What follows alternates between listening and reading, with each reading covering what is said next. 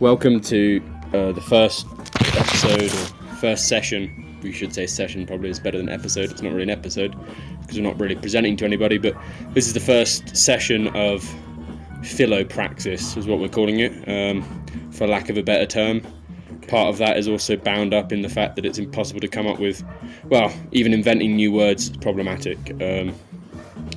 So Philopraxis is a new project that involves me, and my name is Unchange²Change, and my friend Miguel who's can introduce himself. I'm from England,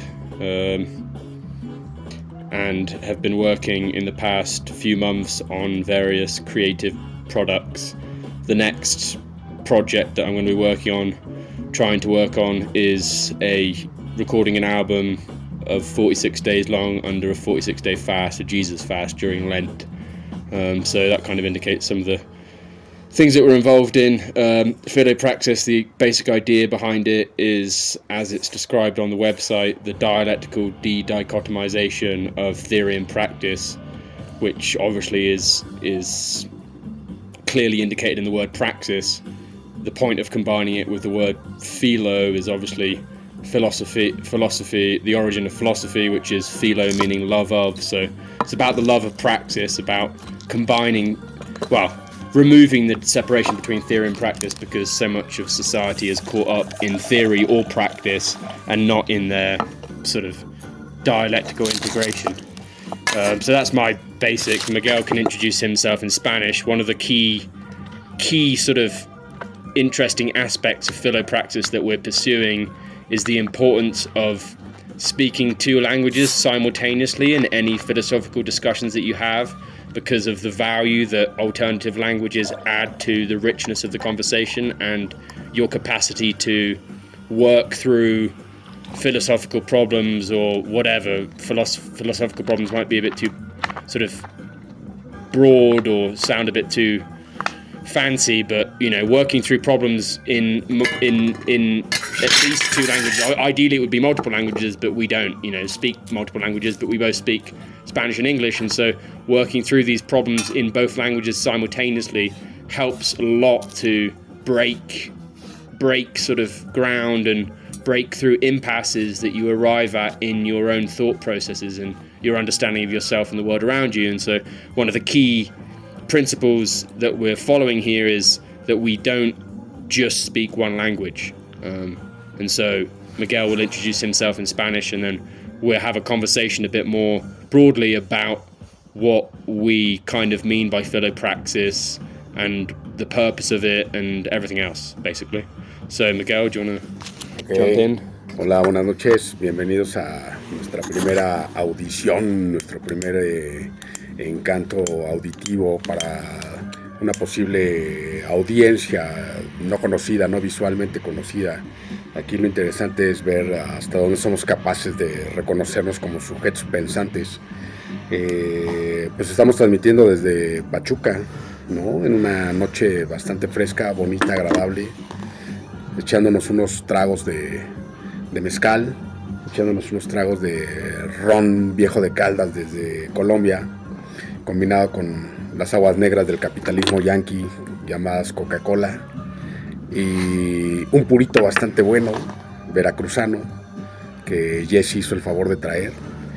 Y ciertamente un poco lo que estamos tratando de hacer es involucrar a la gente que piensa diferente, que se sabe que no es reconocido con el otro porque eventualmente se siente solo, pero no de esas soledades que lo llevan a uno a la depresión, sino a las soledades en las que uno dice, puta, es que no quiero decir nada porque absolutamente nadie entiende lo que yo quiero decir.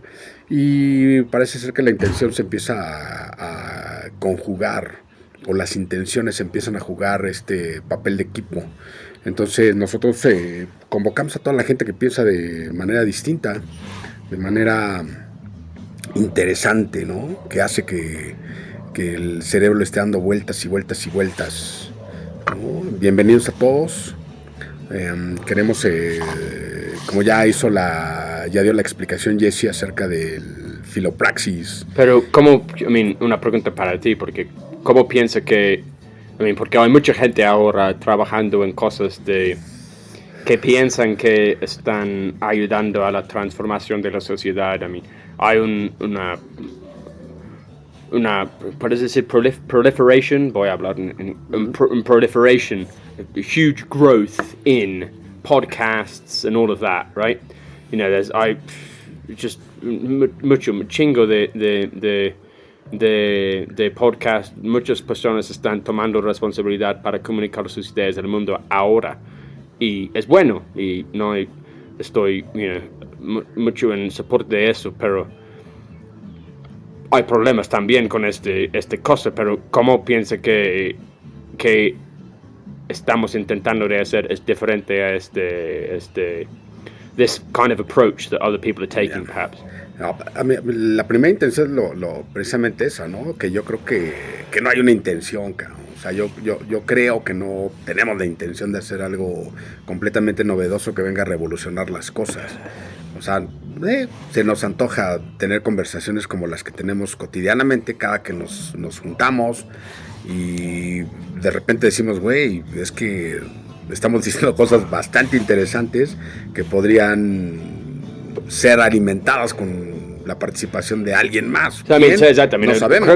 Creo que uno de los principios que lo hace diferente es que no queremos estar solos en o al menos no es nuestra propiedad, claro, no somos los autores de exacto. Sabemos que queremos que todos participen, que escuchan, participan, pero no en una manera distante, en que como que hacen en YouTube Live o cosas así, que envían mensajes y está controlado por los interlocutores que están manejando el lugar. Es que decir que actualmente queremos que estás aquí con nosotros participando en la conversación todo el tiempo. Sí, estaría chingón. O sea, yo creo que la parte más interesante es esa, ¿no? Volvernos un poquito a la vieja escuela. O sea, en algunos años atrás existía mucho esta banda civil o la banda CB, en la que la gente podía coludirse, abrir un espacio radial por ahí en la frecuencia más alejada, en la que no existían esos huequitos que dejaba la radio comercial, y uno podía hablar con su radio CB y meterse en banda corta acá. Yo creo que será lo interesante, que la gente empezara a colgarse de este espacio, llamémosle podcast si quieren, pero yo digo que es este espacio, e intervenir y decir, a ver, cabrón, yo pienso esta otra cosa, coincido, no coincido, están diciendo mamadas, eso estaría chingón. O sea, hacernos sentir entre todos que cada uno de nosotros pensamos distinto, y que cada uno de nosotros tiene una visión de las cosas que puede ser muy, muy, muy elegantemente dicha, pero que a veces no es lo suficientemente entendida. Yo creo que ahí está la parte esencial de esto, ¿no? O sea, empezar a dilucidar un poquito lo que nosotros queremos decir y explicarlo. Pero finalmente ¿cómo en este proceso no llegamos a la misma situación en que estamos diciendo que queremos romper la separación entre teoría y práctica, pero ¿qué significa la práctica en este contexto? Por lo tanto, en términos de decir que si estamos diciendo que no hay una anticipación sobre, no queremos decir que hay anticipación ni intención sobre que llega con estas conversaciones o algo así, pero como sí, eso es un parte del problema, es que porque pensamos en acción en términos muy limitados y dirigidos por la ideología de la sociedad en que vivimos, y pues pensamos en términos de acciones, en términos de, no sé, tienes que actualmente, físicamente hacer algo. Pero yo estoy de acuerdo que tienes que físicamente hacer algo, pero no necesariamente. ¿Qué pensamos que es acción política, por ejemplo? Es acción que no necesariamente. Usualmente la acción política que tenemos en el siglo XXI es una manera para escapar o para sentir que estás haciendo acción, pero no actualmente estás haciendo acción, ¿no? En parte del origen de esta vaya, de esta idea, de este concepto, precisamente surge por este tipo de problemas que dan fundamentalmente la comunicación, la cuestión idiomática, la cuestión lingüística, las palabras, de cómo te van determinando, cómo hay ciertos conceptos que no podemos definir porque tenemos un prejuicio, tenemos algo ya dado que hace que las ideas se vayan categorizando, que se vayan estableciendo sobre una línea de pensamiento que no es exactamente, no es precisamente lo que se quiere decir. Yo creo que esto es un problema del formato de podcast, por ejemplo. Es que podemos establecer que, el medio es el mensaje, como McLuhan, estas cosas del principio, porque creo que esa idea es fuertemente extremely important in 21st century, y no hemos dado adecuado la atención a la importancia de esta idea en el siglo XXI. Pero es decir que el formato de podcast ha llegado, o el formato de podcast en YouTube o conversaciones en YouTube de la izquierda ha llegado un formato como bien institucionalizado del medio social, de los y ya no funciona, ya no es una manera para actualmente implicar cambio en la sociedad o involucrar cambio en la sociedad, porque las personas que básicamente llegamos, y es el mismo de la historia de leer filosofía o leer la teoría de política o como cosas así, es que puedes sentarte así y sentirte que estás haciendo algo, pero simplemente estás leyendo, estás conversando sobre las ideas, y no actualmente es una manera para escapar que este uso del mass media nuevo, pues es enteramente lo mismo que en un momento dado debió haber pensado cualquier filósofo, no sé, a la hora de tener la necesidad de publicar o hacer pública su obra, ¿no? Y llevarla a los libros. O sea, finalmente el medio sí es el mensaje, pues, pero también es un hecho que no existen o no existían, pues, alternativas. Ahorita... No, pero estaba hablando de sobre un ex alumna el otro día sobre su presentación de talk, ¿no? Porque McLuhan fue muy interesado en cómo afecta el sujeto el medio, básicamente, ¿no? Es decir, que el efecto del medio en el sujeto es más importante del efecto del contenido en el medio en el sujeto. Y es decir, un muy buen ejemplo de esto del siglo XXI es nuestra obsesión y con series de Netflix y series de cualquier plataforma, ¿no? Que el medio más dominante del siglo XXI, de la comunicación de ideas, puedes decir artísticas, no sé, pero el medio, especialmente de ficción, más dominante es el serie de Netflix, de todas estas cosas, ¿no? Y tienes que pensar profundamente en el impacto que tienen este formato de medio en el sujeto. Porque que estaba hablando mucho McLuhan nada más sobre la película y televisión, también estaba diciendo que cambia nuestra perspectiva del tiempo, ¿no? Y además mi opinión es que con el libro, con el formato del libro, tienes, algo interesante con, esto es parte del Phaedrus, ¿no? De Platón, que hable sobre el proceso del cambio de una sociedad enfocada en a speech-focused society to a written spoken society, and los cambios y las posibilidades y ventajas y desventajas de este cambio. Pero también es decir que en una sociedad en que estábamos, en ancient Greece, y estábamos escuchando a, poemas homéricos o algo, teníamos que, y además, sí fueron a veces teátricos, pero no realmente. Fue una que dicen los documentos históricos, dicen que básicamente fueron vagabundos y así que cantaron estas historias, ¿no? Ujú. Y sí, a veces con música y con gente, pero involucra que la gente que estaban escuchando a la poemia por horas y horas y horas, porque 6 horas, algo así, ¿no? Estaban escuchando estas poemias. Ujú.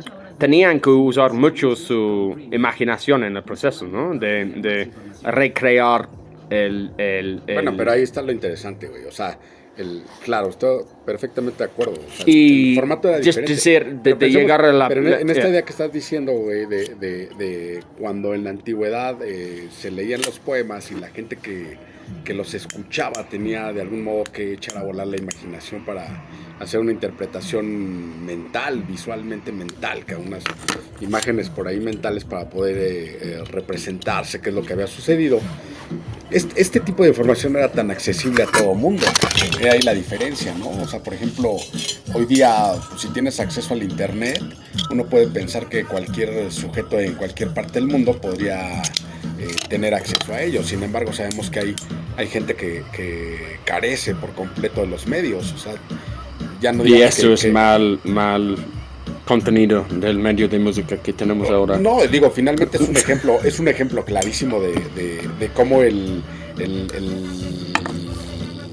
medio ha estado... La plataforma sí, pretende que te entiende, pretende que conoce tus gustos, cabrón.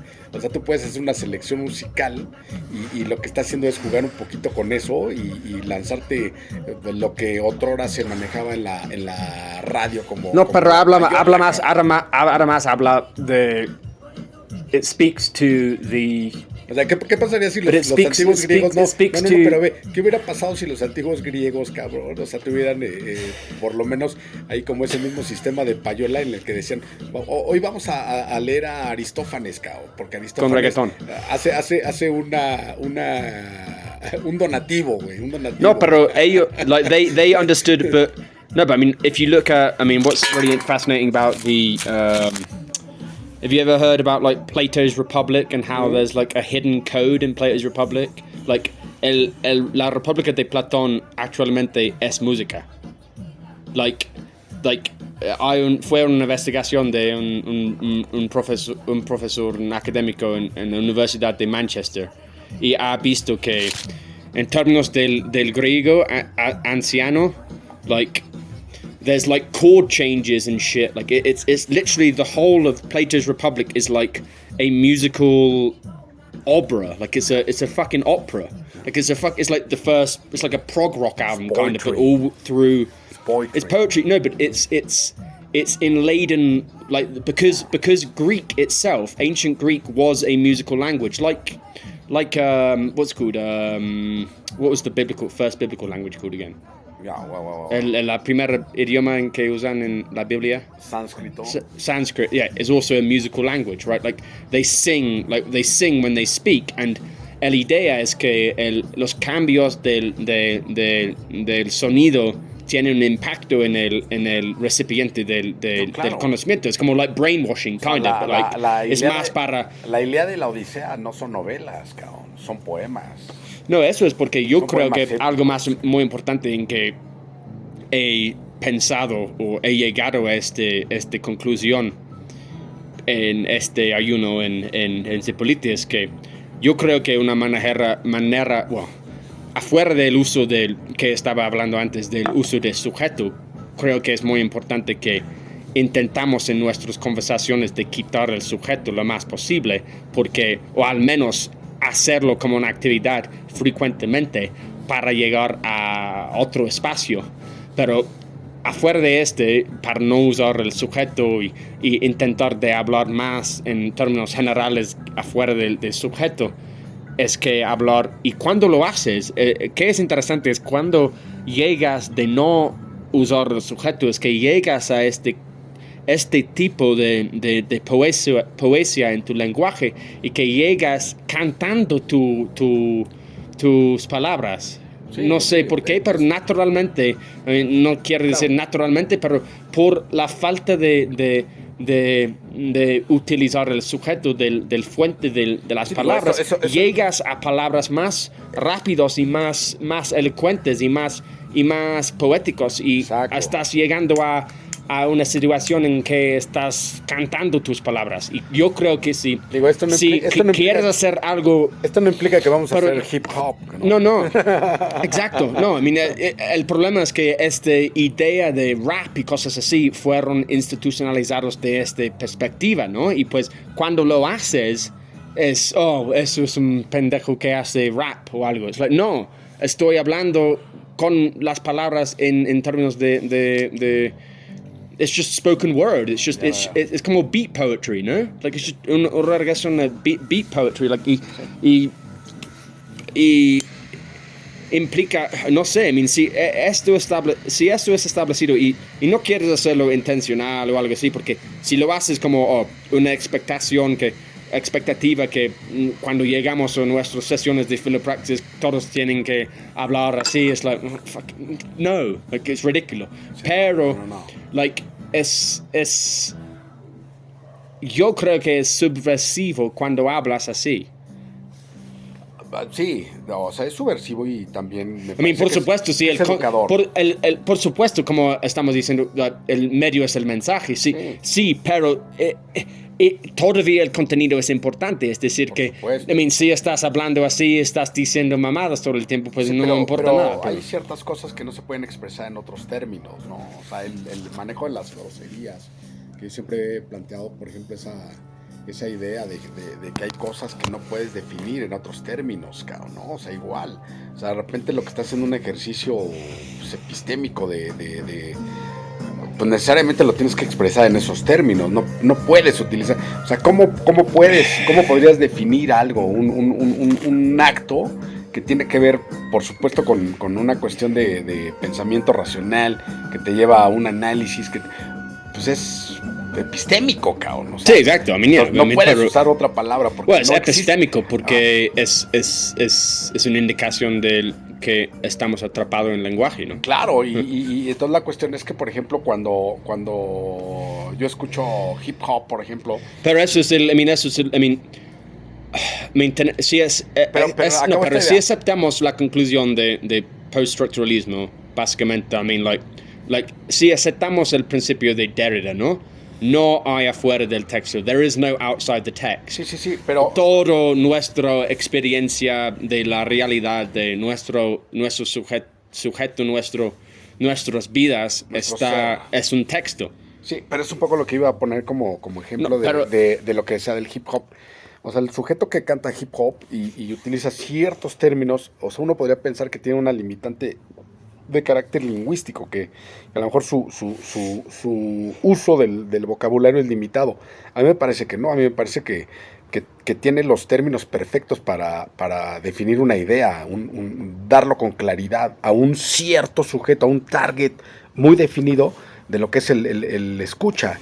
Entonces, si piensas, por ejemplo, en su origen, como el sujeto llevaba, no sé, las noticias, ¿no? Y no estaban escritas, sino que las iba cantando. Y era una forma agradable de comunicar. O sea, por esta parte sí, parece ser que cuando uno habla ciertas cosas, las dice con cierto tono, con cierta cadencia, con cierto ritmo. No piensas que, para mí es claro que, y en términos en que yo reflexiono mucho en mi propio comportamiento en relación a la música, por ejemplo, es decir que faltas de escuchar las palabras porque estás distraído por la música a veces, ¿no? Y la música sirve como una distracción de las palabras y por lo tanto, si tienes, conozco muy buenos grupos que, hay grupos que sí manejan esta situación mejor y sí las personas escuchan a las palabras, pero it seems that people don't really take the words they don't. It doesn't actually lead to any meaningful transformation in people's understanding of.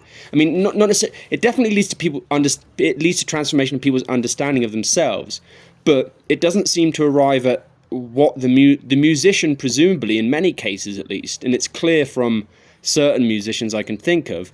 I mean, Roger Waters is a good example, perhaps, is an obvious example, is somebody that really wants his music to actually lead to social change. And he wants people, when they listen to his music, to get off their fucking asses and do something about things. But it doesn't lead to that, does it? It becomes a mechanism by which people are able to feel like they're doing something, you know? Sí, el problema no es exclusivo de la música. A mí me parece que en los términos creativos, en general, exacto, el arte en general, yo creo que tiene ese problema, la bipartición, pues, del contenido y la forma. No, I mean, es como habla Zizek de la ideología. Es que, like, it becomes like a mechanism by which you can feel like you're doing something without actually doing anything, kind of, sort of. And like, you feel like, yeah, I'm really well educated. I know I do art. I present myself to the world. I disrupt things, blah, blah, blah. But it doesn't actually do anything because... Hay formas muy interesantes que a mí me parece que tienen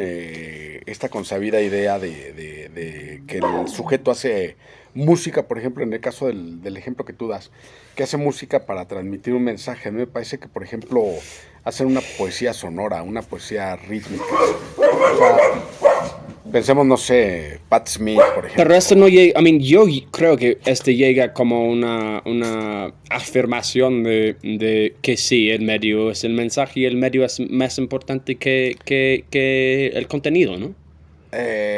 Sí, no, o sea, depende mucho la intención del sujeto, ¿no? El sujeto acá es el sujeto creativo, el sujeto creador de la pieza, de la obra. Entonces de repente dices, bueno, ok, güey, yo lo que quiero es transmitir una idea y entonces yo no quiero que me distraiga la música. No, es que decir que sí, le pongo cierta cadencia, podemos reflexionar en qué estamos haciendo ahora. Es que sí, creo que... Pero déjame acabar nada más con la idea de los ejemplos, el Tom Waits, el Pat Smith, ¿quién te gusta? No, pero o sea, que... El base de nuestro proyecto es que involucra la acción y no estamos sentando aquí, no estamos haciendo acción, no estamos jugando con el medio. Tenemos que estar jugando con el medio durante este proceso, es decir que deberíamos estar aquí, pero no me disgusta, no me disgusta la idea de jugar con el medio. A mí me parece que está fascinante el hecho de que podemos manipularlo y de que podemos hacer de este medio... No, pero no es manipularlo. No, pues, pero podemos hacer... La manipulación del medio es dentro de los medios que ya tenemos. No, pero el medio como tal parece ser que se impone y que te va marcando una pauta. No, pero para... A mí me parece que uno como sujeto pensante puede hacer que ese medio empiece a tener otro proceso, ¿no? Puedes tener la misma intención. No, pero fue como el primer podcast que no fue publicado por este exalumno, ¿no? En yo intenté mucho y no fue intencional exactamente, fue como tenía el sentido que fue correcto para hacerlo y quería jugar con el medio, ¿no? Quería introducir música, quería introducir arte, quería introducir varios tipos de medios dentro de este otro medio para que no simplemente es personas hablando de cosas y así, porque si llegas a esta situación que llega como... Sí, es un podcast. ¿Qué? I mean, like... El punto es que tenemos que estar ahora, por ejemplo, jugando con... No sé, I mean, haciendo algo más subversivo con el proceso que intenta de escapar de los medios, ¿no? Sí, es un poco a lo que me refiero. I mean, es como decir que... Como hemos dicho que... Como dice Derrida, que no hay escape del lenguaje. Estoy de acuerdo con esta posición.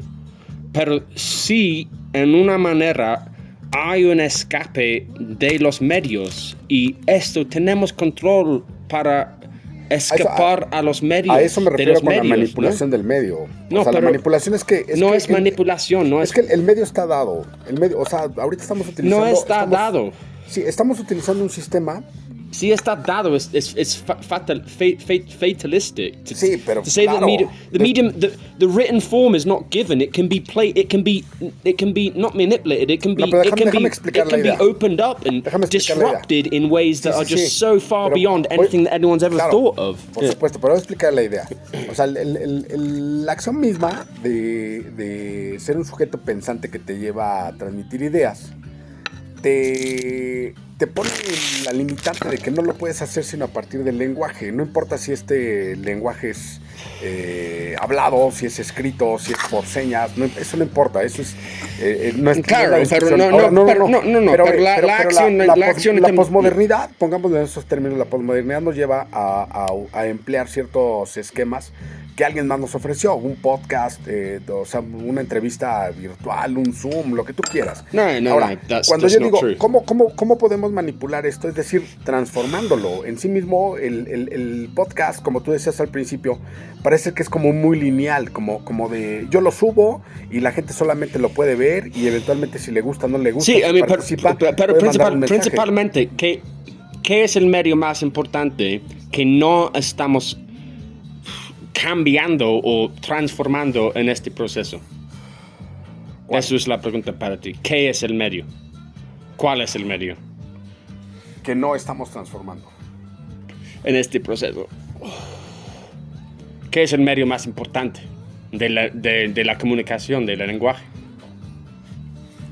Pues que no estamos utilizando una sola lengua. Y al decir una sola lengua... Pero esa es la pregunta. Piensa bien. ¿Qué es el medio que estás faltando de pensar?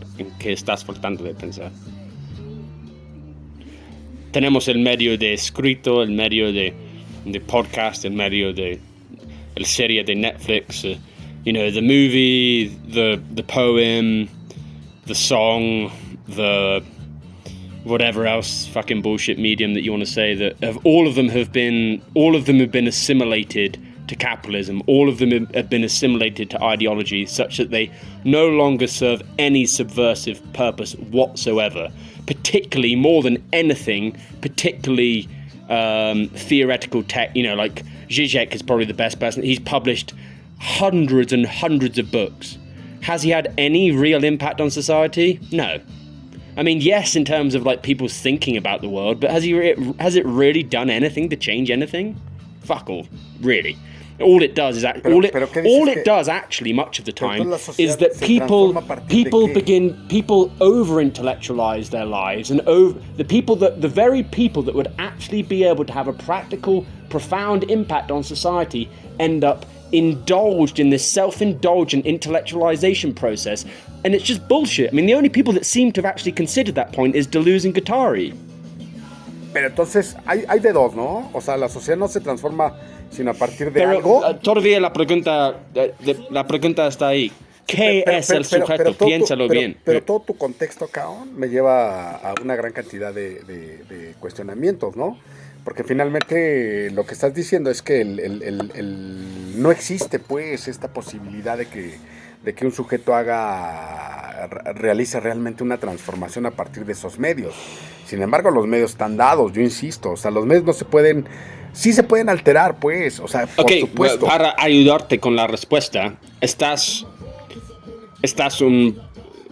mostrando bien la falta de cambio en este medio ahora, en tu uso de lenguaje. No sé, explícame más. Me pones, críptico, voy para más mezcal, piénsalo. Me pones preguntas muy difíciles, cabrón. Voy para más mezcal, pero sí, piénsalo bien. Ok. ¿Qué es el medio? Ve por el mezcal, güey. En lo que este güey va por el pinche mezcal, cabrón. O sea, lo que yo quiero decir, que bueno que se largó porque el güey no me deja hablar. Aquí hay una cuestión que es sumamente importante, ¿no? O sea, cuando digo que el medio está dado, es porque lo estamos empleando. O sea, hay un medio virtual que hoy día está como muy en boga. Entonces la cuestión no es si es bueno o es malo, o sea, si es válido. Claro, está dado, ahí está. El punto tampoco es hacer una crítica de él y decir lo voy a transformar porque per se no funciona. No, funciona y funciona bastante bien. Yo creo que aquí la intención no es llevar la práctica, la praxis directamente al ejercicio revolucionario en términos de una acción. O sea, la acción se da en términos de pensamiento. El sujeto pensante puede conseguir que alguien más se involucre, no para hacer una transformación pero no es adecuado. Pero no importa, o sea, el punto es que... Todavía estás pensando... No, pero la transformación no se tiene que dar de manera inmediata, o sea, la transformación está dándose en ese proceso. No, o sea, la sociedad se transforma por sujetos que piensan y por sujetos que no piensan. O sea, la sociedad va evolucionando. O sea, que hay un fenómeno muy interesante, ¿no? O sea, no podemos pensar que hay un retroceso, no podemos pensar que hay un sistema que hace que el sujeto piense de tal o cual modo. Siempre, todo el tiempo, todos los tiempos, históricamente está dado. Hay gente que se opone, hay gente que está dentro de la divergencia, que no pretende de ninguna manera continuar con ese parámetro que está preestablecido. O sea, claro, hay medios que van provocando que el sujeto se ciña a cierto nivel de pensamiento y cierto nivel de acción o inacción. Aquí la cuestión es qué tanto está uno dispuesto a realizar. Y uno piensa siempre en esta idea de que si uno no se levanta en armas, pues no es revolucionario. No, o sea, uno se levanta en plumas, uno se levanta en atriles, uno se levanta en pinceles, uno... No, pero tú estás pensando en la práctica en términos como tradicionales de revolución o algo así, es decir que, bueno, al menos estás pensando en términos de violencia como un ejemplo de acción, pero el punto que estás faltando todavía es el que estás faltando en términos de pensar en el medio más importante que quiere que llegues. Este güey me recuerda al Chucho cuando dice, a ver, güey, te voy a poner una canción y quiero que adivines quién es. Si no me dices cómo se llama la canción, dime cómo. No, I was always told in England. I was always told in England as a teacher. This is the true thing. During my teacher training in England, the most common comment I got was, you always seem to be you want students to guess what you're thinking. I'm like, isn't that kind of what teaching is, really? You know, like that's because the point is that they arrive at the same conclusion that you've already arrived at. I mean, that's kind of what you want students to do, but you can't give them the answer, because if you give them the answer, they're not arriving at the conclusion themselves, so it's pointless. I can't give you the answer. You have to work it out yourself, and you will eventually. But it's just like, but there is something obvious, and there's something obvious, and this is what I'm talking about in terms of action in relation to praxis that's really important. I think and I've still not actually finished I've read like 20% of what's called Anti-Oedipus, Deleuze and Guattari, that text, which just seems, I don't know, a friend told me about it years ago, and I briefly read the Wikipedia or whatever, and the idea was embedded in my head somewhat, but it's sort of through the processes that I've been engaged in recently in terms of like opening up things. It's clear that they are very much on the fucking right track, because they're understanding they're understanding the medium. I mean, I don't know. I think it gets mixed in. I really like to understand this from the perspective of like Baudrillard, like the hyperreal and all that sort of stuff, where he begins to think about this sort of because almost like Derrida and all those post-structuralists kind of work at a two-dimensional level of understanding language, that there's this infinite chain of signification, right? Which is fine, it's totally accurate. Es como la pinche. Like there's never any solidified meaning in any signifier, because it's constantly deferred endlessly down the chain of signification. Que teje una telaraña perfectamente simétrica que le va dando vueltas. Oh no, pero que termina. Hablé contigo sobre esto. No, tres dimensiones, ¿no? De significación. ¿No? Tenemos que hacer ¿Tienes papel? Sí. Pero no quiero subir por él. Oh, tengo aquí. Espera, voy a regresar con este. Y intentamos de hacerlo. Claro. El Jesse es como la pinche araña, güey, que teje una telaraña perfectamente bien diseñada, hermosamente tejida, que es una estética simétrica bastante bien elaborada, pero que eventualmente se va a enredar en ella y no va a poder salir. O sea, el gran pedo de tener como esta visión panorámica de las cosas te da la posibilidad, obviamente, de ver el bosque, pero no ver los árboles, cabrón. Bueno, ahora este güey me está dando una hoja, el güey, porque... I mean, this is the problem of a podcast. Is also this should be a video format thing. Ahora no sé si el güey vamos a hacer normally we do this origami o... Normally we do this as video. O es para limpiarse las nalgas. Lack of battery and whatever. Well, I can shift a video, actually. Yeah. Let me shift a video.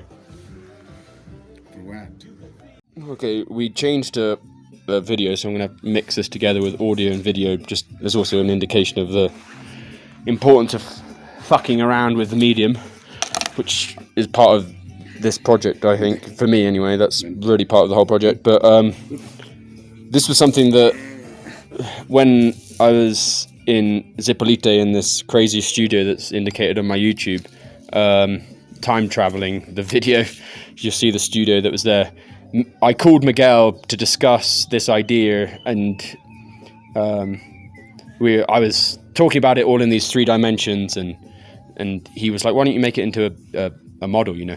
But I mean, there's a classic video of this on YouTube that, you know, you can find. I can link it in the description of how sort of post-structuralism kind of understands language, I guess. I mean, it's obviously a simplification, because the point of post-structuralism is that any representation of anything is also a representation of that thing, and it's never going. You can never arrive at the actual thing, because you're constantly in. Language is representation, you know. I mean, you're in an endless chain of representation. Huh? Nos gustaría que definieras qué es eso que falta para poder. But I mean, maybe that's a better way to understand language as representation. No has resuelto la pregunta que planteabas, güey. I know, but maybe I think in the process of this, you are going to understand. The answer will be revealed to you in the process of this. I believe it's inevitable that the answer will be revealed to you in this process. We need to move slightly further over still. Sorry. Move this just to like here. Okay. Levanta.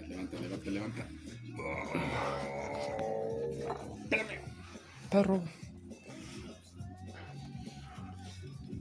Estamos batallando aquí porque el Zapa está... Okay. Zapa es mi perro favorito. Pero es güey... ¿No es tu único perro? Sí. Pero es mi favorito, güey. Actually, I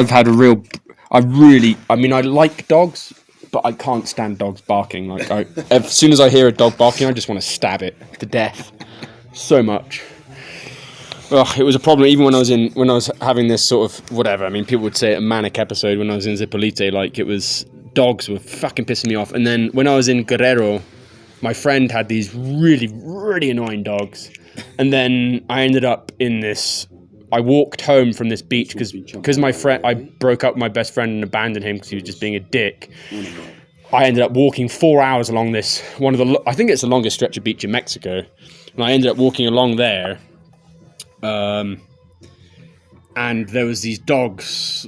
along the way on the beach, you know, like protecting some of the properties on the beach, and they were like pretty aggressive, and I was just like, I had a knife with me, and whenever I saw a dog I was like, I will fuck you up, you fucking bitch, I'm a fucking panther, fuck you, and I was just like ready to just like fucking massacre these dogs, like, because you have to be like that with aggressive dogs. You have to be aggressive to them, like they don't take shit unless you're just like fuck, like this my friend's dog. He was really like aggressive, but like aggressive in a friendly way. But the only thing he understood was violence, like punch the fucker and push him away and kick him, because he's the only way he understood anything. He was a big dog because he was so big, like he only understood a sort of physical aggression. Oh no, let's start with that then. This is a good place to... ¿Por qué eres vegano, pendejo? Why am I vegan? But that's a more complicated situation to get into.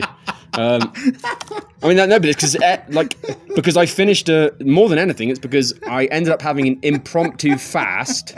The impromptu fast lasted 9 days because it was a feeling. The fast felt like a feeling of repentance. It was about eliminating from my body all of this bad shit I'd put in my body, and it wasn't biological. It was more sort of the psychic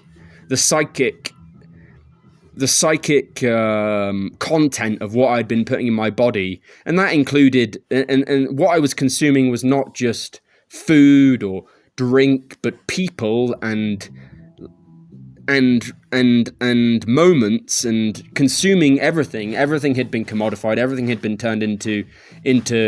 I don't think commodity is the right word. Even everything had been transformed into something to be consumed, and that became extremely problematic. And so, part of the reason for veganism after was because I know full well that when I eat meat, I know. I mean, you can't know unconsciously because that doesn't make any sense. It's a contradiction in terms. But I was consuming meat under the full knowledge that once upon a time I've only ever killed.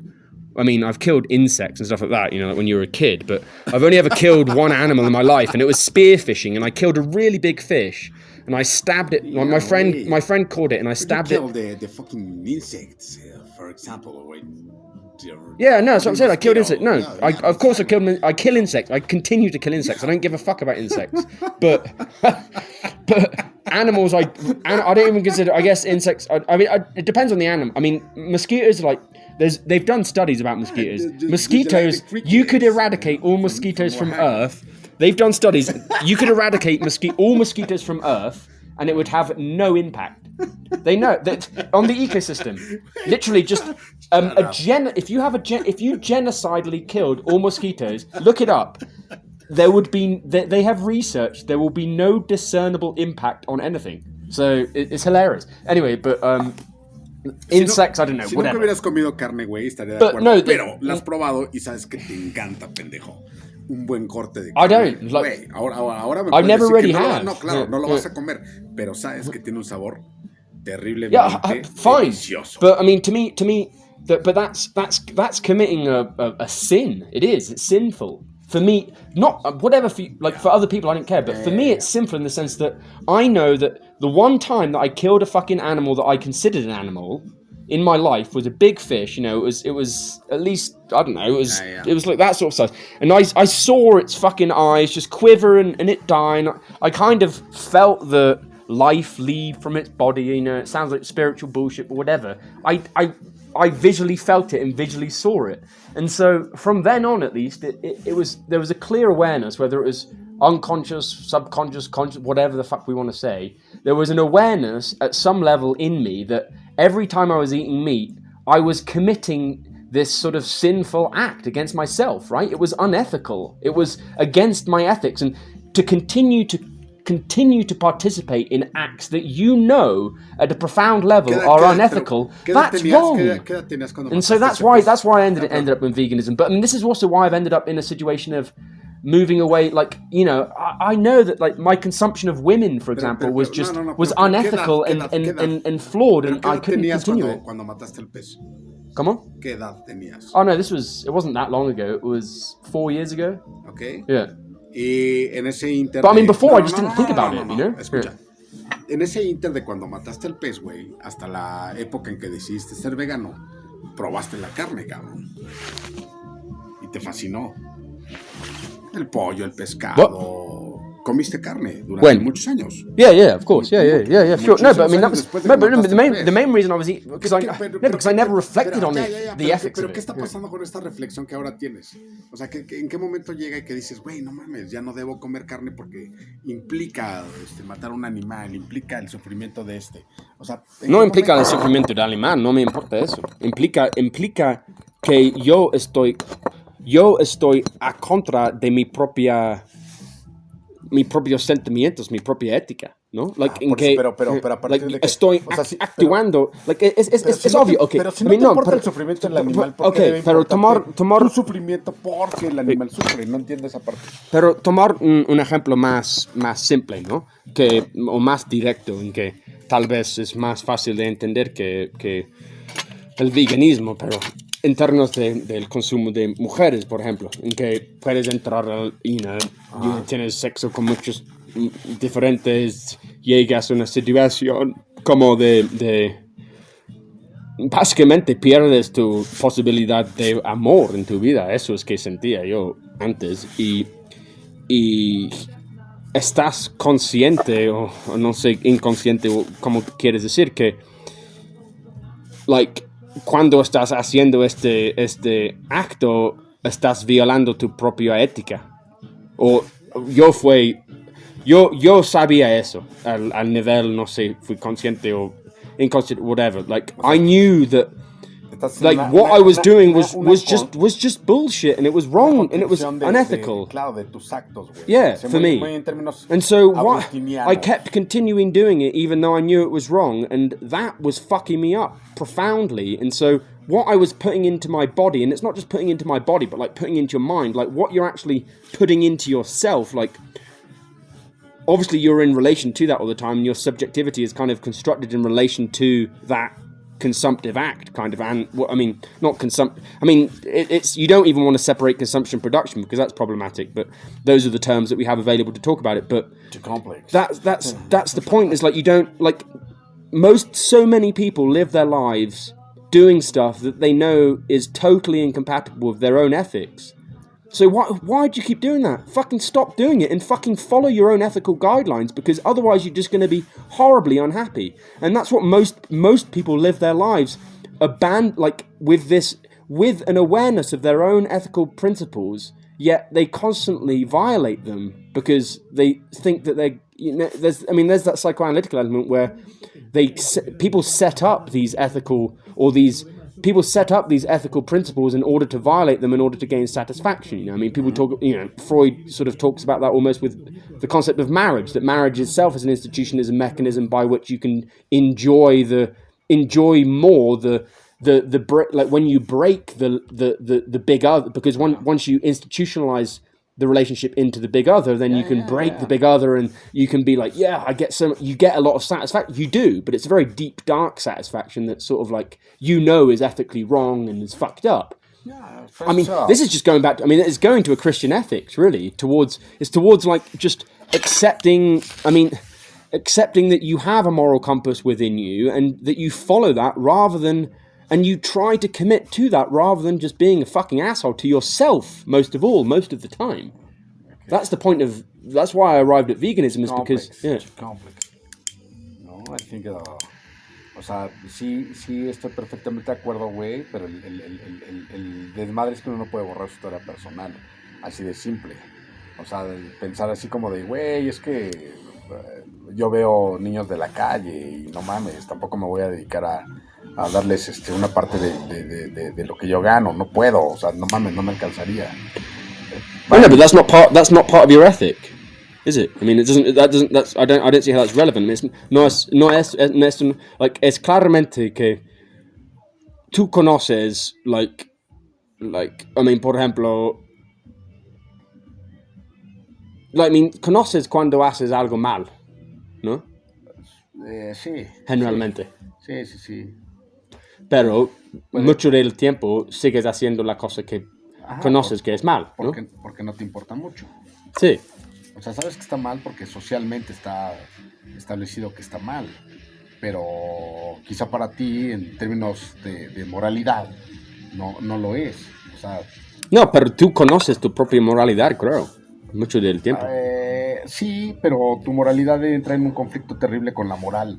La moral es una cuestión más de carácter social y la moralidad es muy personal. Es just decir que si a un nivel conoces que estás poniendo en tu cuerpo, no, tu perspectiva que estás consumiendo, y de consumir en este contexto refiere a todo, sí. Que, mujeres, alcohol, realidad, básicamente, cómo haces tu propia realidad, qué haces cada día, todo, cuánto consumes, cuántas películas veas, o cuánto tiempo tomas de ver series de Netflix o algo así, y cómo sientes de la perspectiva de tu sujeto en este contexto.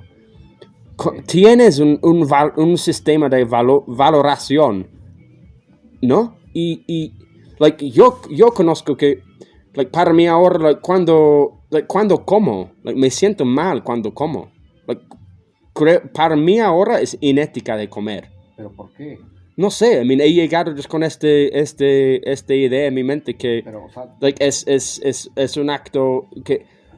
te sientes mal de comer porque hay gente que no siente come. como ¿cómo se dice? Gluttony en español. Sí, ser glotón. Yeah, I mean, yo siento que la mayoría, I mean, y es verdad, somos una sociedad gluttonous, a horribly gluttonous society to the extent of, I mean, it's revolting. Like 3 meals a day, even it's just absurd. It's just totally unnecessary, and it's contributed to so much of the malaise and problems of our society. Is simply that, and yet we never talk about hunger as being hunger. For me, is the principal mechanism of social control.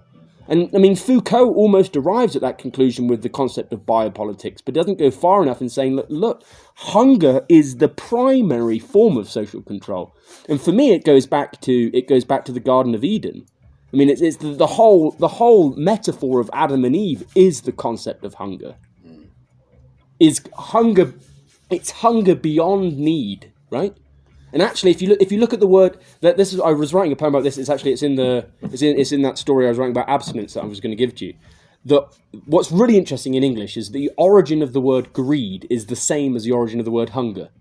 You know, and it's just such a like a profound, like what's the word, origin of the word that it's so deeply connected in English to. You know, particularly when English has become the sort of dominant language of that sort of culture of consumption, that it's like, in English, actually, hunger is fucking greed, you know? And that's deeply true. All hunger is fucking greed. Es muy complejo. Es muy complejo porque la culpa la puedes obtener por cualquier cosa, ¿no?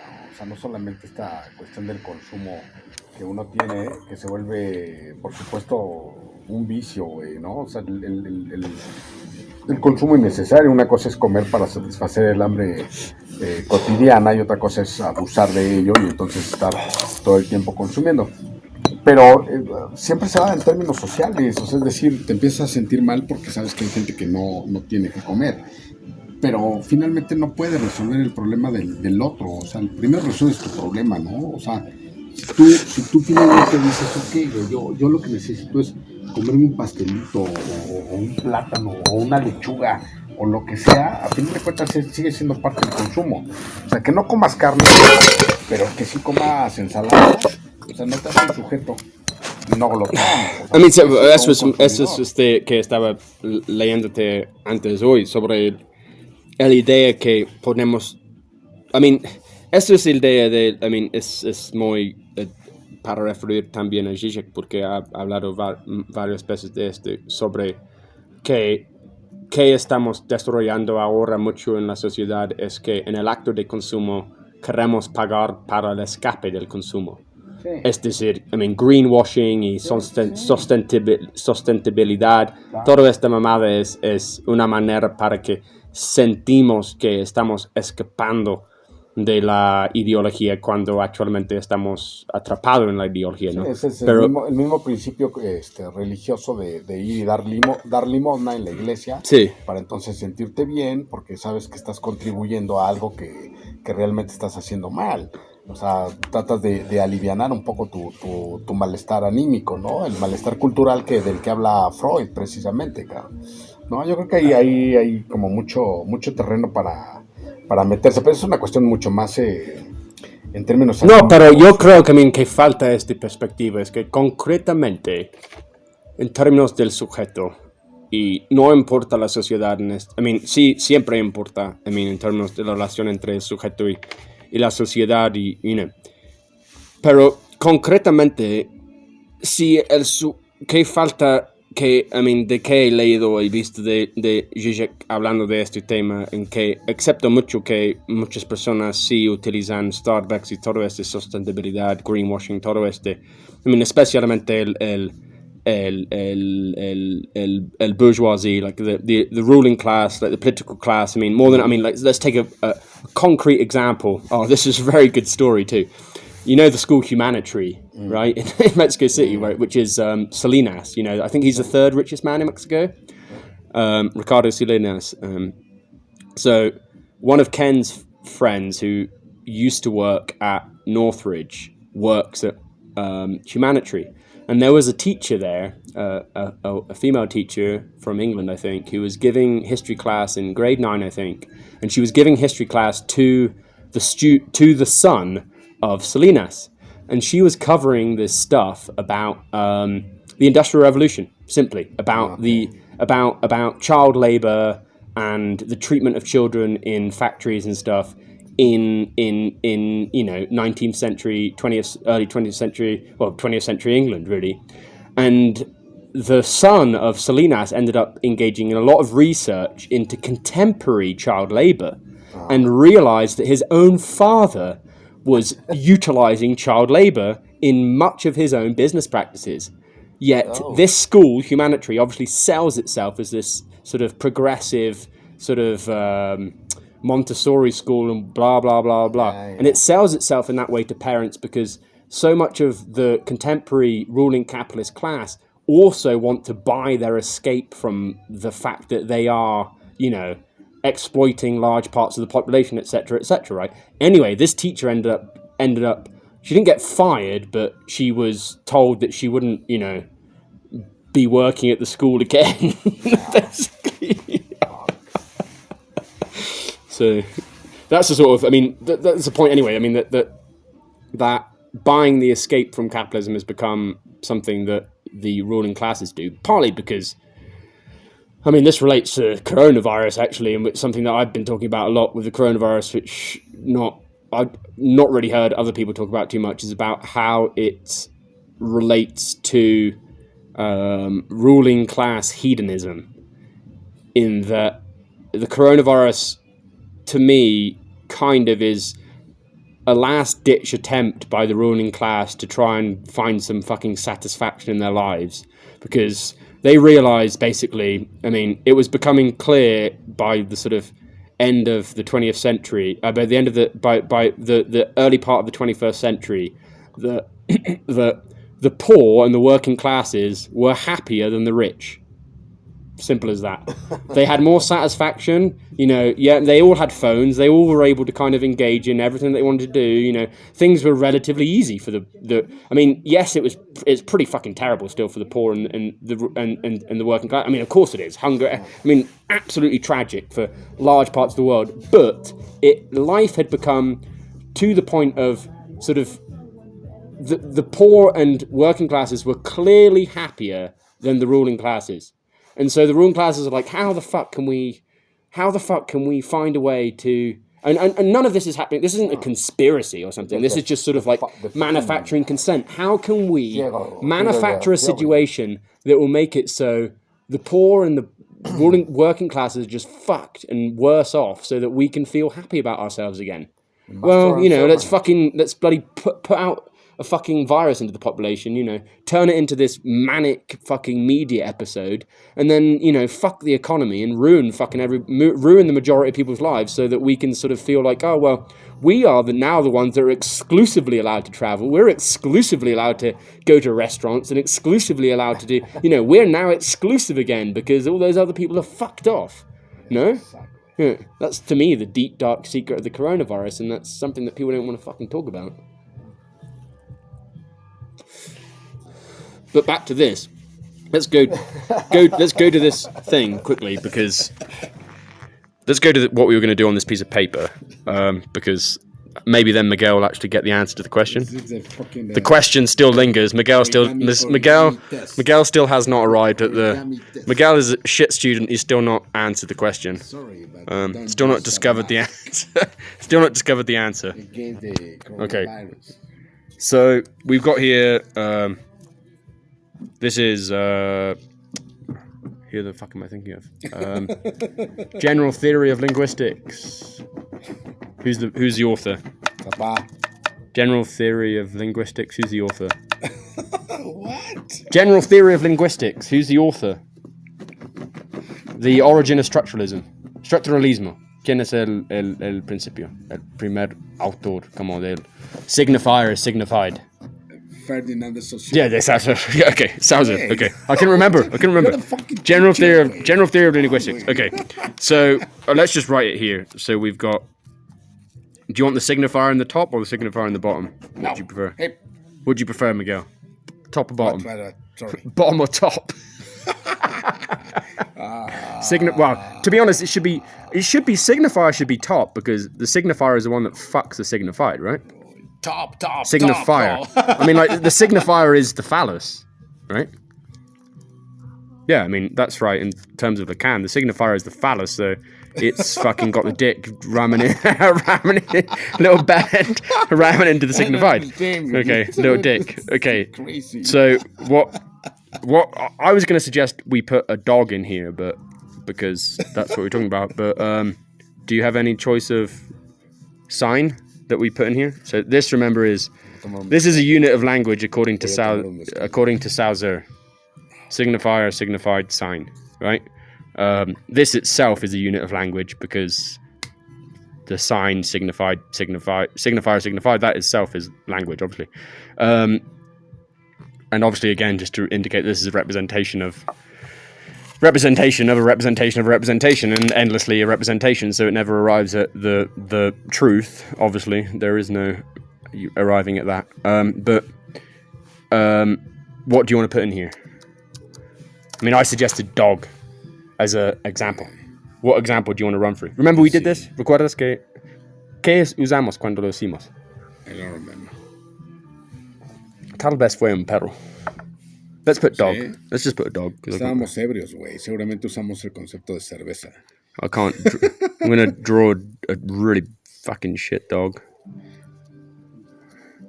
Okay, that's a dog. Oh no, that's well. Okay, I mean that's actually a good launching point because the signifier is dog. The signified is the thing that it represents. But obviously those things kind of work back and forth, right? So you can't actually. This is a false. This is also a false dichotomy, because obviously this image of a dog can also be a signifier as it can be a signified all the time. You're just an example. For me, it's I wanna change my choice. What do you? Well, we've already drawn it now, so fuck off. I can't be bothered to change it now. No, because when you say dog and signify, no. What is this? That's the next level of signification, or not next level, but the following level of signification. We talked about this before, right? Okay. So this isn't. I mean, well, what were you going to say? I mean, what if remember that? So this is now a unit of language, right? Yeah. And so this itself, the dog, which is simultaneously either, I mean, a dog can be that object, but I mean, that object can also be reversed, right? I mean, in other words, the signifier could be the word dog, and the signified could be the dog, the physical dog, right? Which is somewhere over there, this dog that barked a lot when I arrived because I didn't treat it like I was its friend. It's not exactly a dog, it's Zappa. Yeah. Zappa. But no, that was actually interesting because what I needed to do when I arrived was behave like I didn't. Because I treated him like he was different, and so he thought I was different anyway. But I needed to just behave like I was just part of the family or something, and then he wouldn't have been disrupted. But so what I was saying was that it could be the word dog or the sound dog, right? Mm-hmm. So dog signifies that animal, and which is that physical object moving around. But similarly, that physical object could also be the signifier that signifies the word dog, right? Or the sound dog. Like you could see that, and that could signify dog, right? Or that object there could just as easily signify another dog, Does that make sense? Anyway, those two things can... ¿En qué términos pondrías el concepto de que este perro, el perro de tu concepto, güey, con el animal y con la idea de lo que representa? ¿En qué momento metes a un perro en particular llamado Zappa, que es mi perro, que es para mí mucho más importante que un simple concepto? ¿En qué términos lo pones? ¿En qué categoría? Well, I mean, that's still just part of the same process of language. I mean, right? Isn't it? It's just like, you know... No, entiendo, güey. Pero ¿cómo lo podrías concebir? Cuando tú what I'm saying... Porque cuando tú me dices perro, cuando tú a mí me dices perro, yo ya no pienso en cualquier pinche perro. Pienso en mi perro.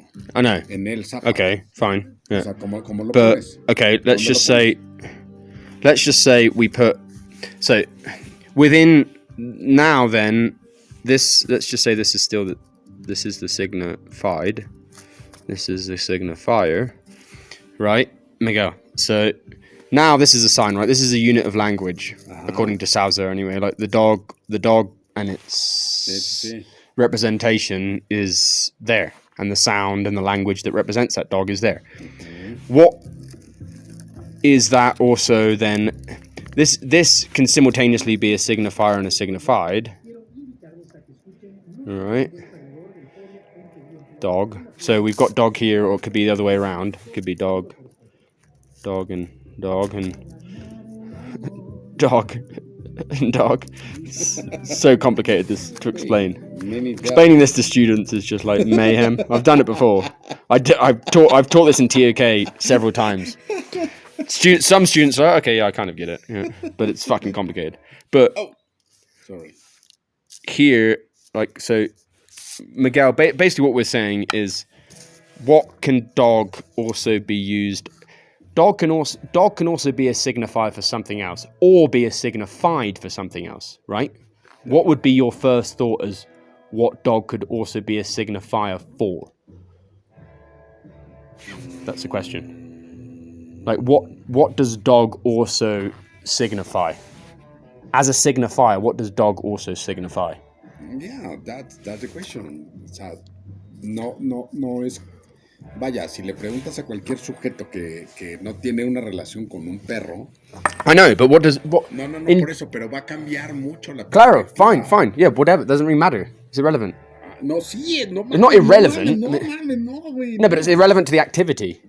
No, aparentemente, pero esa es la cuestión. We're not talking in general terms. I mean, this process of signification is obviously a subjective process too, whilst it's simultaneously an objective process. No puedes evitarlo. It's subjective and objective simultaneously, because what you think a dog signifies. I mean, this is part of the activity. This is why it's kind of like psychoanalysis almost, because it's like in Freudian terms when you talk about free association. Like, this is basically a process of free association. So when you think of dog, what else do you think of? Like a stupid fucking woman bitch. I don't know, maybe. So the first thing is that a dog signifies some horrible woman that you fucking hate. A bitch, maybe. I don't know. I mean, cuando tú es perro, güey, yo pienso en este güey. Okay, so let's say in Spanish at least. I mean, that's interesting because we should continue, and that's something that we've been missing in, I think, the whole of this first session, is the lack of continuity between the double use of language and how to effectively manage that. I mean, it was the first session, so it's admittedly difficult to do, but particularly you, for example, have been very reliant on Spanish. In the latter part of this, I've been reliant on English because some of this stuff becomes fucking difficult to manage in Spanish, but actually I should be doing this in Spanish, because if I'm doing this in Spanish, I'm actually improving my understanding of this, right? Like, las cosas que están más difíciles de hacer en otro idioma, deberías hacerlo en este idioma. Eso es que siempre faltamos, ¿no? Yo creo. Like, en que siempre decimos, no puedo hablar de filosofía en español. Sí. Pues deberías hacerlo, porque vas a llegar con ideas y conclusiones y perspectivas que nunca vas a tener si no lo haces.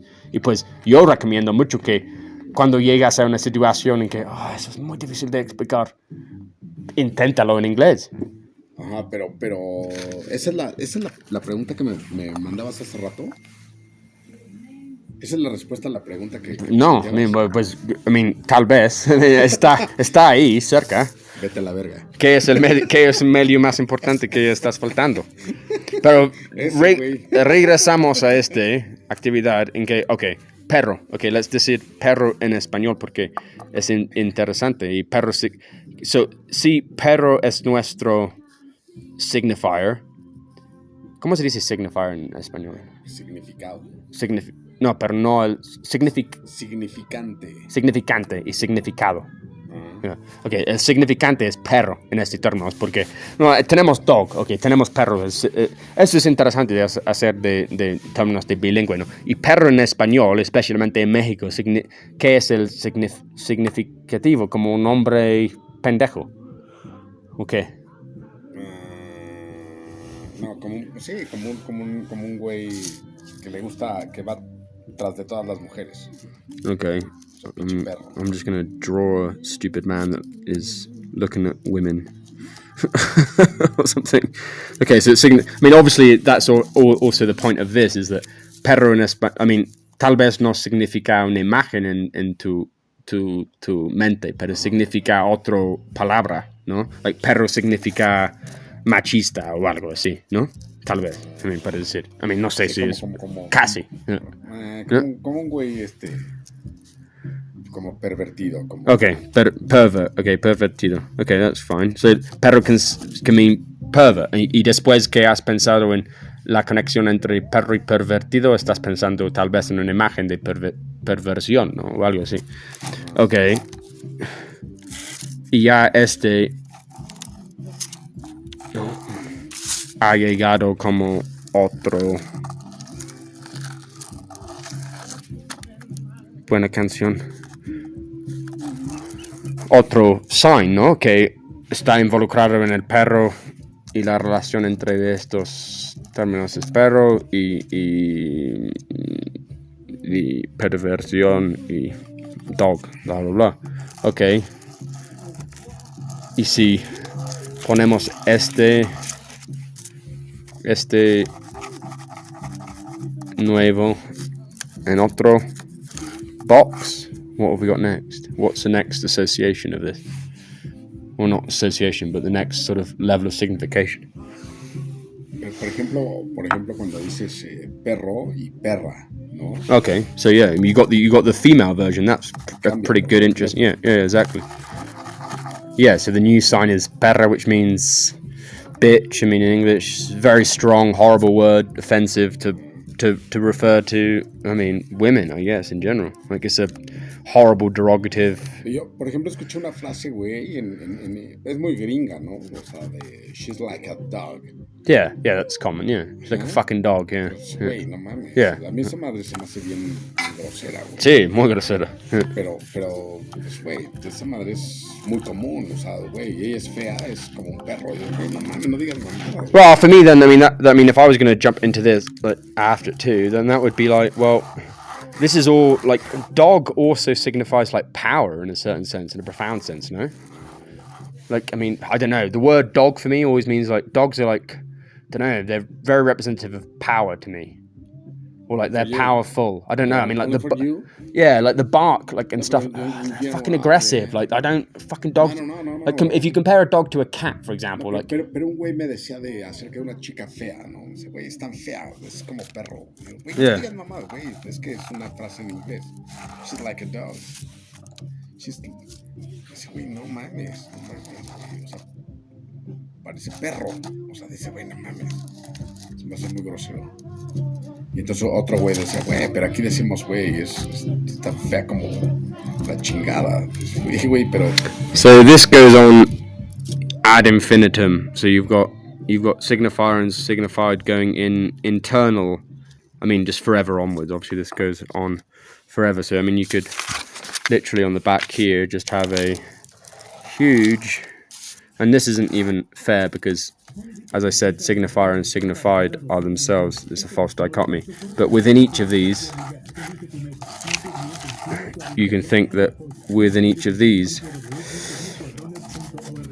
you have endless possibilities, right? Anyway, so that's interesting that we've gone to gender then, and then to power. I think would be the most logical step in terms of then how dog is buried inside the system of power. The signifier then, I don't know. I mean, dog signifying power. Let's say the signifier is still. I mean, the signifier now is this, and then we've got power as the signified thing. I don't know. I mean, that's in relation to each other. I don't know. I mean, it's a poem that I wrote recently was about dogs. What is this fucking signification? This endless chain, the endless chain of signification. Tu maqueta de biología, güey. The endless chain of signification. El núcleo y el cromosoma y el atom somewhere down here that never exists because it's also endless. The atom endlessly goes on. Just as soon as you get to strings, you get to something else, right? It doesn't. There's no deep, profound. Tiene que traer una maqueta concrete para mañana que represente el núcleo, el cromosoma y el gramema. But okay, so we've got all of this. This is where we enter into the point of the second piece of paper, which is the three-dimensional component of all this. That this is not simply happening. This is kind of like a Salzarian Derridian, it seems, from my understanding of Derrida's formation of the understanding of language. This is all language. What about the medium? What about the medium? The medium itself is language, and the language itself is a medium. The medium is a piece of paper. And so all of this is acting at a secondary level of signification, which was better explained in the first meeting that we had. I'm trying to think where we went with this after this. I explained it better last time because my brain was working better. Okay, let me stop this for a second. So what I was just saying, because I turned off the video, was to say that I was trying to think in terms of like Baudrillard, perhaps. I mean, is the best person to talk about this. Like how we could have a dog simply represented as a, plenty of people will just think of a dog and they think of some dog-like image in their head, right? Mm-hmm. Miguel, perhaps when he hears the word dog, he immediately thinks of his own dog, Zappa. When I hear the word dog, I immediately think of whatever that Japanese movie is called, where the dog goes to the train station every day, and I can't remember the fucking name of the movie or the name of the dog, but there's that famous dog, and that dog, for me, is also a symbol of sort of dedication and representation. It's a husky, and huskies are actually probably my favourite dog because they never bark, and I fucking hate dogs that bark, so they just fuck me off. And so it's like, the dog for me, particularly this kind of dog that's represented in that movie, is also a transformation of the general representation of a dog, which is dogs are generally sort of these kind of annoying, barking things. I mean, but at the same time, most people see them as sort of loving, and they have a good, deep relationship with them. But like that, there's this in my case at least. There's this signification process that means that the dog is also actually this kind of subversive dog that's actually like challenging the normality of doghood, I suppose. But this possibility of this kind of signification is only possible because of the medium that's already existent, right? I mean, if I hadn't seen this movie, or we didn't even have movies as a society, well, then this would never have been a possibility as a form of representation of the signifier of dog, right?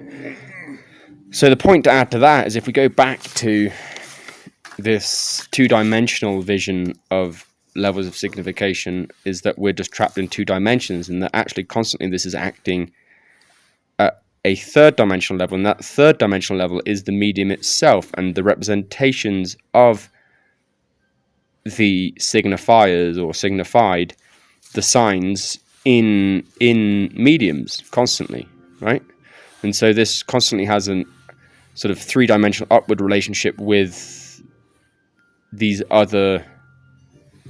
It's not just related to other words or related to other other signifiers or other signs. It's also related to the mediums that have produced those signs in the first place, and the fact that those signs that they've produced and the signifiers that those mediums have produced is also conditional on the fact that they are produced by those certain mediums. In other words, we can only produce this romantic image of a dog going to wait at a train station every day in a film, perhaps in a movie, it's hard to do so in a written. Well, it could be done in a written form, but obviously the characterization is going to be different. But anyway, like in the popular imaginary, I suppose, is that the imaginary ends up overloaded with these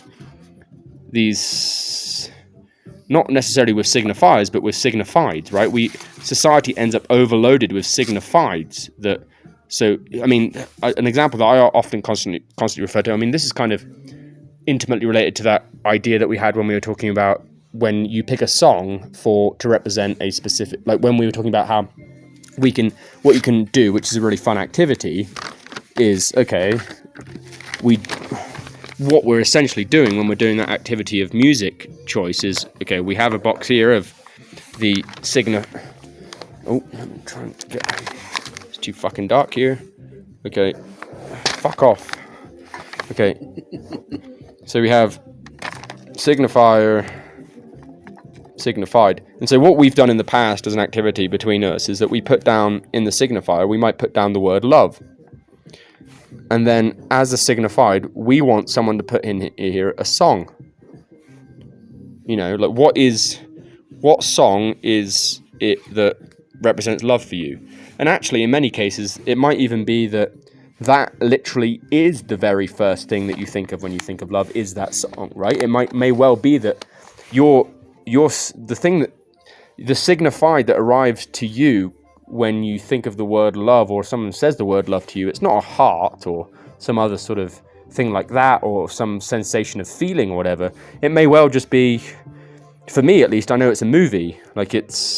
I just immediately think of the movie Before Sunrise because I've seen it so fucking many times and it just exactly represents love for me. But, similarly for somebody else, it might be some beautiful song. And it might be because that song was the song that was playing when, they first met their partner or whatever, And so this is endlessly attached to mediums all the time, right? And so to me, what has to happen is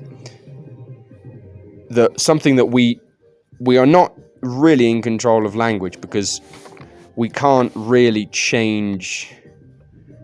We're not in control of. Well, we're kind of in control. But we're not in control of the words that we speak to a certain extent. Of course, we can invent new words, but that comes with a hell of a lot of resistance, and it's very difficult to actually and it becomes sort of nonsensical, like the idea of Philopraxis. It's just what the fuck? It's just it just becomes the problem is that it's even the concept of a new word is trapped in levels of signification that make it impossible to actually articulate new words, because if you articulate a new word, you're just some hipster twat that's like Tinder or something, or just some bullshit like that, where it's just this is even the concept of making new words is itself trapped in the ideological system in which it's immediately assimilated into layers of signification that make it territorialized and incapable of actually being subversive, right? Is that's what makes sense to me. And so then where'd you go with that? So the point is that what we do have capacity, we don't really have control of these words, although this is a word that I invented recently that I really think people should just enter into their general vocabulary without. I think this is a very good summary of how it would be beneficial for people to approach things without thought, with thought simultaneously. I think that's a good sort of way to behave. But regardless, because we don't really have control over this, what we do have control over are these mediums that are used to represent this thing, right? In other words, let's draw another one of these things.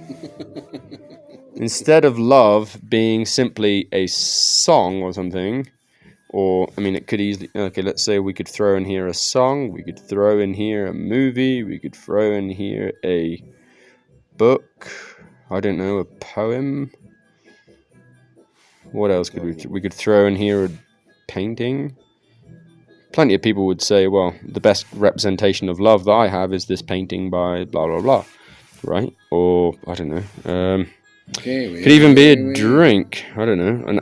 A bottle of wine. This bottle of wine is what best represents love to me. Although no one would ever think of that, right? That's even a challenging, perhaps subversive way to challenge the signification of the concept of love, is that... A question for you, that stick in here a bottle of wine that you fucking... I don't know. Do you eat eggs? Sorry? Do you eat eggs? Eggs, no. No. What do you want? What do you prefer for breakfast? Normally I just like... You just try and... If you just just do a lot of exercise. I mean, more than anything, it's clear to me, like, just... If you don't want to feel hungry, just engage in productive activities.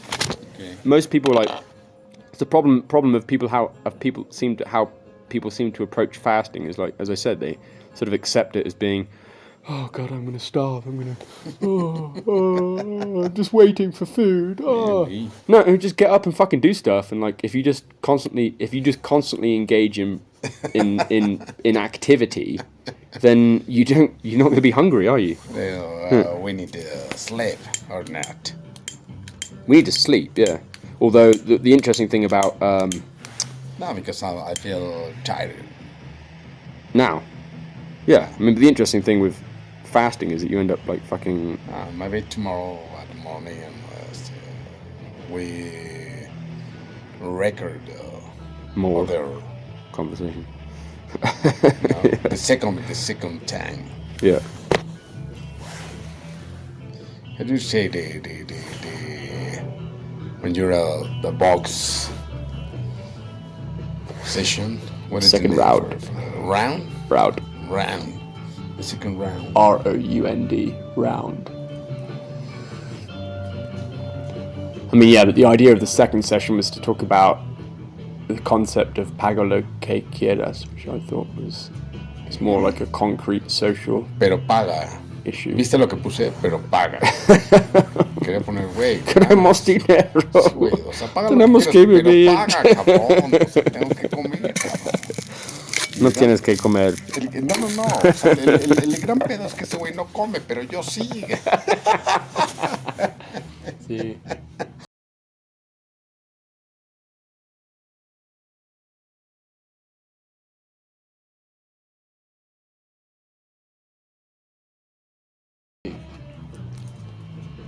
Güey, 2 horas. Estuvo bien.